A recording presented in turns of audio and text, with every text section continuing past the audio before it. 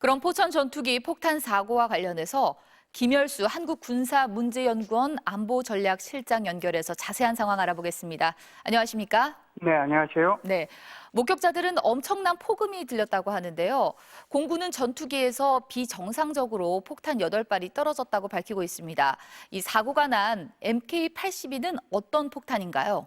네, NK-82는 이게 뭐 범용 폭탄이라고 얘기를 하는데요. 사실상 이게 주로 좀 전에 이제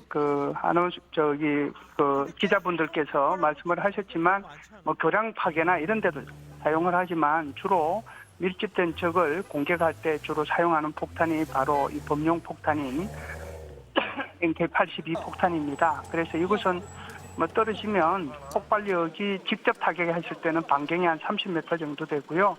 강력한 피해가 일어나는 반경은 한 100m 정도 되고 파편 피해가 일어나는 반경은 한 300m 정도 됩니다. 500파운드짜리니까요. 이걸 뭐 우리 킬로그램으로 따지면은 한 227, 250 킬로그램 정도 되는 그런 폭발력을 가진 폭탄이 바로 NK-82라고 볼 수 있습니다. 네. 이렇게 좀처럼 발생하기 힘든 사고로 보이는데요. 이 사고 당시 영상 보셨죠? 얼마나 위험한 상황이었을까요? 네, 이게 이제 한 발이 떨어져도 좀 전에 말씀드렸다시피 직접 피해 반경이라든지 파편 피해 반경이라든지 이런 것들이 굉장하지 않습니까? 그냥 쉽게 생각하면 그냥 축구장 하나 정도가 어찌됐든 피해의 영향을 받거든요. 그런데 이게 8발이 한꺼번에 떨어졌기 때문에 우리가 영상에서 보시다시피 그렇게 굉장히 검은 연기가 많이 나오고 이런 거죠. 8발이 떨어졌기 때문에 그 폭발력은 더 강했다 이렇게 볼 수가 있습니다. 네.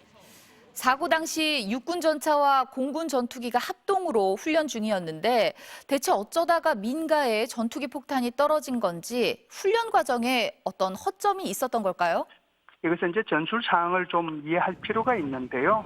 전술 사항이 뭐냐면 훈련장이 있으면은 이게 육군과 공군이 같이 훈련하는 거잖아요. 그래서 이제 육군 같은 경우에는 전차라든지 그다음에 보병 전투 장갑차라든지 그리고 이제 아파치 공격 헬기라든지 이런 것들이 공격해 들어가면서 지금 목표 지역에 있는 적들을 경멸하기 위해서 이런 포드를 쏘고 전차포를 쏘고 하는 거거든요. 거기에서 이제 공군에 요청을 하게 되면 공군이 그 지역에 있는 적들을 경멸하기 위해서 바로 이 전투기들이 가가지고 공대지, 그러니까 하늘에서 땅으로 쏘는 폭탄을 떨어뜨림으로써 적을 경멸하는 거거든요. 네. 공군은 이제 사고 대책위를 구성했습니다. 어떤 부분들이 밝혀져야 한다고 보십니까? 네, 아무래도 이제 이게 사고가 난 원인을 봐야 될 텐데 이게 이제 조종사가 실수를 한 건지 그렇지 않으면 포탄에 이제 문제가 있었던 건지 그렇지 않으면 폭탄을 떨어뜨릴 때 이게 수동으로 이것을 이제 무장 해제를 시켜야 되거든요. 무장을 시켰다가 무장 해제를 시켜야 이게 이제 폭탄이 한꺼번에 떨어질 수 있으니까 거기에 이제 기계적인 시스템의 결함이 있는지 이걸 아마 분석을 할 텐데요. 아마 이게 지금까지 나온 것은 포탄에는 뭐 큰 결함은 없는 것 같습니다. 그러면 두 가지가 남아 있는데 기계적인 결함이 있거나 조종사의 실수일 거나 그럴 텐데 그 두 가지를 가지고 주로 분석에 초점이 맞춰지지 않겠는가라고 봅니다. 네, 잘 들었습니다.